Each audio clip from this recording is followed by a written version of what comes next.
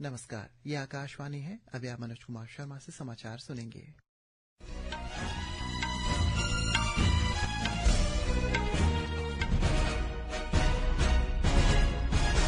पहले मुख्य समाचार। नई दिल्ली में इंडिया एआई इम्पैक्ट समिट 2026 का शुभारंभ। 5 दिवसीय शिखर सम्मेलन ग्लोबल साउथ में आयोजित होने वाला पहला वैश्विक एआई शिखर सम्मेलन है। प्रधानमंत्री नरेंद्र मोदी ने कहा है कि एआई इम्पैक्ट शिखर सम्मेलन के लिए विश्व भर से लोगों का भारत आना अत्यंत गर्व की बात। गृह मंत्री अमित शाह ने कहा है कि कश्मीर, पूर्वोत्तर और माओवाद प्रभावित क्षेत्रों में हिंसा में 80% की कमी आई। अरुणाचल प्रदेश के राज्यपाल लेफ्टिनेंट जनरल टाइट केटी पटनायक ने राज्यवासियों, विशेषकर वांगचू समुदाय को ओरिया त्योहार के अवसर पर हार्दिक शुभकामनाएं दी। अरुणाचल प्रदेश के उप मुख्यमंत्री चाउना मेन ने लोहित जिले के मदो में आयोजित 56वें तामलाडू उत्सव में भाग लेते हुए कहा है कि तेजी से आधुनिकीकरण के बावजूद अरुणाचल प्रदेश की समुदाय आज भी समाज का करती है मार्गदर्शन। ईस्ट सियांग जिले में रहने वाले मिसिंग समुदाय द्वारा जनजातीय का मुख्य पर्व आली आई लिगांग खेती का किया जा रहा है आयोजन। और ईस्ट सियांग जिले के रुकसिन में पुलिस और प्रदर्शनकारियों की झड़प में 2 पुलिस कांस्टेबल और 1 सीआरपीएफ अधिकारी हुए घायल। अब समाचार विस्तार से। भारत एआई इम्पैक्ट सम्मेलन 2026 नई दिल्ली में शुरू हो गया है। 5 दिन का ये सम्मेलन किसी ग्लोबल साउथ देश में आयोजित होने वाला पहला वैश्विक एआई शिखर सम्मेलन है। यह सम्मेलन वैश्विक एआई कार्य योजना में भारत की भूमिका को मजबूत करने का महत्वपूर्ण मंच है। 20 देशों के वैश्विक नेताओं का सम्मेलन में भाग लेने का कार्यक्रम है। इसमें फ्रांस के राष्ट्रपति इमैनुअल मैक्रों, ब्राजील के राष्ट्रपति लुइस इनासियो लुला दा सिल्वा, स्पेन के राष्ट्रपति पेड्रो साnchez, स्विट्जरलैंड के राष्ट्रपति गाय पारमेलन, नीदरलैंड के प्रधानमंत्री डीक स्कूफ और संयुक्त अरब अमीरात के क्राउन प्रिंस शेख खालिद बिन मोहम्मद बिन जायद अल नाहयान शामिल हैं। विदेश मंत्रालय ने बताया है कि 45 से अधिक देशों में मंत्रिस्तरीय प्रतिनिधिमंडल सम्मेलन में शामिल होंगे। हमारे संवाददाता ने बताया है कि आज एआई इम्पैक्ट समिट के पहले दिन सुषमा स्वराज भवन में विभिन्न विषयों पर पैनल चर्चाएं आयोजित की जा रही है। आज भारत एआई इम्पैक्ट समिट के पहले दिन भारत मंडपम और सुषमा स्वराज भवन में विभिन्न विषयों पर पैनल चर्चाएं आयोजित की जा रही हैं। इनमें एआई के युग में रोजगार का भविष्य, भारत की न्यायिक प्रणाली को परिवर्तित करने में एआई की भूमिका, सड़क सुरक्षा के लिए एआई और सशक्त कृषि के लिए एआई जैसे विषय शामिल हैं। एआई के रणनीतिक महत्व को स्वीकार करते हुए भारत ने एक सुदृढ़ और समावेशी एआई पारिस्थितिकी तंत्र के निर्माण को उच्च प्राथमिकता दी है। India AI mission, AI compute अवसंरचना का विकास, स्वदेशी एआई मॉड्यूलों को प्रोत्साहन तथा बड़े पैमाने पर क्षमता निर्माण कार्यक्रमों जैसी पहले देश में जिम्मेदार और विश्वसनीय एआई अपनाने के लिए मजबूत आधार तैयार कर रही है। अंकित कुमार के साथ। प्रधानमंत्री नरेंद्र मोदी ने कहा है कि ये देशवासियों के लिए अत्यंत गर्व की बात है कि भारत एआई इम्पैक्ट शिखर सम्मेलन के लिए विश्व भर से लोग भारत आ रहे हैं। श्री मोदी ने शिखर सम्मेलन के लिए वैश्विक नेताओं, उद्योगपतियों, नवप्रवर्तकों, नीति निर्माताओं, शोधकर्ताओं और प्रौद्योगिकी प्रेमियों का हार्दिक स्वागत किया। उन्होंने कहा कि ये अवसर देश के युवाओं की क्षमता को भी दर्शाता है। उन्होंने ये भी बताया कि शिखर सम्मेलन का विषय सर्वजन हिताय सर्वजन सुखाय यानी सभी के लिए कल्याण और सभी के लिए सुख, मानव केंद्रित प्रगति के लिए कृत्रिम बुद्धिमत्ता एआई का उपयोग करने के प्रति देश की साझा प्रतिबद्धता को दर्शाती है। केंद्रीय गृह मंत्री अमित शाह ने कहा है कि अनुच्छेद 370 हटाने के बाद से कश्मीर, पूर्वोत्तर और माओवाद प्रभावित क्षेत्रों से हिंसा 80% तक कम हो गई है। उन्होंने कहा है कि वह दिन दूर नहीं जब इन क्षेत्रों में हिंसा पूरी तरह समाप्त हो जाएगी।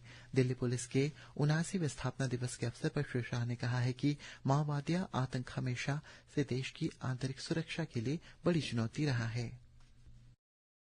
माओवादी आतंकवाद हमेशा से देश की आंतरिक सुरक्षा के लिए बहुत बड़ी चुनौती माना जाता था, मगर मुझे दिल्ली की जनता के माध्यम से देश को बताते हुए हर्ष हो रहा है कि हम माओवादी क्षेत्रों को हमेशा के लिए नक्सलवाद से मुक्त करने के बहुत नजदीक हैं। मैं देश की जनता को फिर से एक बार विश्वास दिलाना चाहता हूं। 31/3/2026 को पूरे देश को हम माओवादी हिंसा से मुक्त करने में सफल हो।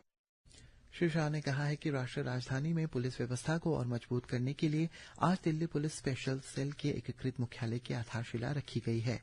उन्होंने कहा कि एकीकृत मुख्यालय का निर्माण अनुमानित 345 करोड़ रुपए की लागत से की जाएगी और ये देश में मादक पदार्थों की तस्करी और आतंकवाद से निपटने के लिए सबसे उन्नत केंद्रों में से एक होगा।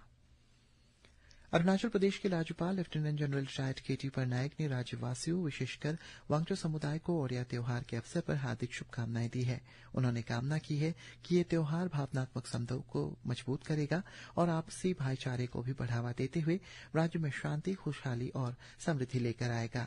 अपने संदेश में राज्यपाल ने कहा है कि ये त्योहार खुशी, करुणा और साझा मानवता का उल्लासपूर्वक प्रतीक है। इससे पहले राज्यपाल ने कल असम के दिनजान में हेडक्वार्टर 2 माउंटेन डिवीजन में हुए 2 दिवसीय संगोष्ठी में Arunachal Pradesh India's dynamic frontier में हिस्सा लिया था। इस अवसर पर राज्यपाल ने कहा कि म्यांमार और भूटान के साथ सीमा पर सांस्कृतिक एवं सुरक्षा की दृष्टि से एक दूसरे से जुड़े हुए हैं। उन्होंने कहा कि उत्तरी फ्रंटियर पर चीन की स्ट्रेटेजी सीमा साझा और लंबे समय तक की जाएगी, जो लद्दाख से लेकर पूर्वी सेक्टर में लाइन ऑफ एक्चुअल कंट्रोल तक फैली हुई है। अरुणाचल प्रदेश के उप मुख्यमंत्री चाउना मेन ने लोहित जिले के मदो में 56वें तमिलनाडु उत्सव में भाग लेते हुए कहा कि तेजी से आधुनिकीकरण के बावजूद अरुणाचल प्रदेश की समृद्ध परंपराएं बनी हुई है और समाज का मार्गदर्शन करती है। संस्कृति को विकास से जोड़ने की जरूरत पर जोर देते हुए श्री मैन ने कहा कि अरुणाचल प्रदेश में बहुतायत में ऐतिहासिक और आध्यात्मिक उपलब्धता है। उन्होंने हेरिटेज साइट के संरक्षण के लिए राज्य सरकार की कोशिशों के बारे में कहा। हेरिटेज सर्किट, ऐतिहासिक स्थलों और प्रस्तावित वार्ड 2 म्यूजियम और उससे जुड़े रास्ते बनाने की योजना की जा रही है, जो न सिर्फ इतिहास की रक्षा करेगी बल्कि राज्य में पर्यटन को भी बढ़ावा देते हुए स्थानीय युवाओं के लिए आजीविका के अवसर सुनिश्चित करेंगी। ईस्ट सियांग जिले में रहने वाले मिसिंग समुदाय द्वारा जनजाति का मुख्य पर्व आली आई लिगांगद का आयोजन बाने कबांग द्वारा आयोजित की जा रही है। ये त्योहार असम के जोनाई की सीमा पर ओयान गांव स्थित बाबू ओयराम बोरी मेमोरियल कल्चरल ग्राउंड में गत रविवार से 3 दिनों तक आयोजित की जाएगी। कार्यक्रमों की श्रृंखला की शुरुआत ताकताबात नामक रस्म से हुई, जिसके दौरान ओयान के हेड गांवपुरा जतिन बोरी ने समुदाय के लोगों से अपने पारंपरिक रीति रिवाजों को जारी रखने की अपील की। इस अवसर पर उन्होंने भरपूर फसल, खुशहाली और भलाई के लिए देवी की ननाने से प्रार्थना भी की। ईस्ट सियांग जिले के रुकसिन में पुलिस प्रदर्शनकारियों की झड़प में 2 पुलिस कांस्टेबल और एक सीआरपीएफ अधिकारी घायल हुआ। रविवार को निकलोग स्थित इंडस्ट्रियल ग्रोथ सेंटर में सिलिकॉन फैक्ट्री के खिलाफ स्थानीय लोगों द्वारा विरोध प्रदर्शन के हिंसक होने के बाद तनाव बढ़ जाने के कारण ऐसी स्थिति उत्पन्न हुई। गांव के लोगों द्वारा हवा और पानी के प्रदूषण का हवाला देते हुए फैक्ट्री को दूसरी जगह स्थानांतरित करने की मांग कर रहे हैं। 22वीं national mountain bike cycling championship 2026 high octane final एवं सभी कैटेगरी में शानदार प्रदर्शन के साथ संपन्न हुआ, जिसमें एंड्योरेंस, रफ्तार और तकनीकी महारत का शानदार समागम देखा गया। तमिलनाडु 9 स्वर्ण, 5 रजत और 3 कांस्य के साथ कुल 17 पदकों के साथ पदक तालिका में शीर्ष पर रहते हुए चैंपियनशिप का विजेता बना। वहीं महाराष्ट्र 3 स्वर्ण, 2 रजत और 3 कांस्य सहित कुल 8 पदकों के साथ दूसरे स्थान पर रहा। आयोजक राज्य अरुणाचल प्रदेश ने भी साइकिलिंग प्रतिभा को दर्शाते हुए 2 रजत पदक जीतकर अपनी बढ़त बनाए। चैंपियनशिप चौथे दिन के नतीजे भी रोमांचक रहे, जिसमें men's athlete cross country elimination XCE event में लद्दाख के सोवांग नोर्बू ने शानदार प्रदर्शन करते हुए स्वर्ण पदक अपने नाम किया, तो वही women elite XCE C3 category में कर्नाटक की पवित्रा कुर्ताकोटी ने रोमांचक मुकाबले के बाद स्वर्ण पदक अपने नाम किया। 1875 में एंग्लो वांगचू युद्ध में 191 वर्ष पूरे होने के अवसर पर रविवार को अरुणाचल प्रदेश के लोंगडिंग जिले में run for our roots race for our pride theme के तहत मैराथन का आयोजन किया गया, जिसमें राज्य के स्थानीय युवाओं, महिलाओं, छात्र समुदायों, नेता और असम राइफल्स के जवानों समेत करीब 500 प्रतिभागियों ने हिस्सा लिया। यह मैराथन 5 एवं 10 किलोमीटर की 2 श्रेणी में आयोजित की गई। और अंत में मुख्य समाचार एक बार फिर। नई दिल्ली में इंडिया एआई इम्पैक्ट समिट 2026 का शुभारंभ। प्रधानमंत्री नरेंद्र मोदी ने कहा है कि एआई इम्पैक्ट शिखर सम्मेलन के लिए विश्व भर से लोगों का भारत आना अत्यंत गर्व की बात। गृहमंत्री अमित शाह ने कहा कि कश्मीर, पूर्वोत्तर और माओवादी प्रभावित क्षेत्रों में हिंसा में 80% की कमी आई।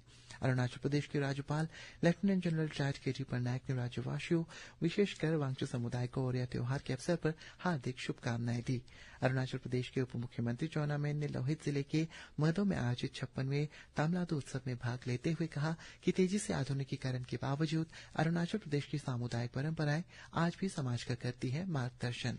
इसी के साथ ये समाचार बुलेटिन समाप्त हुआ। नमस्कार।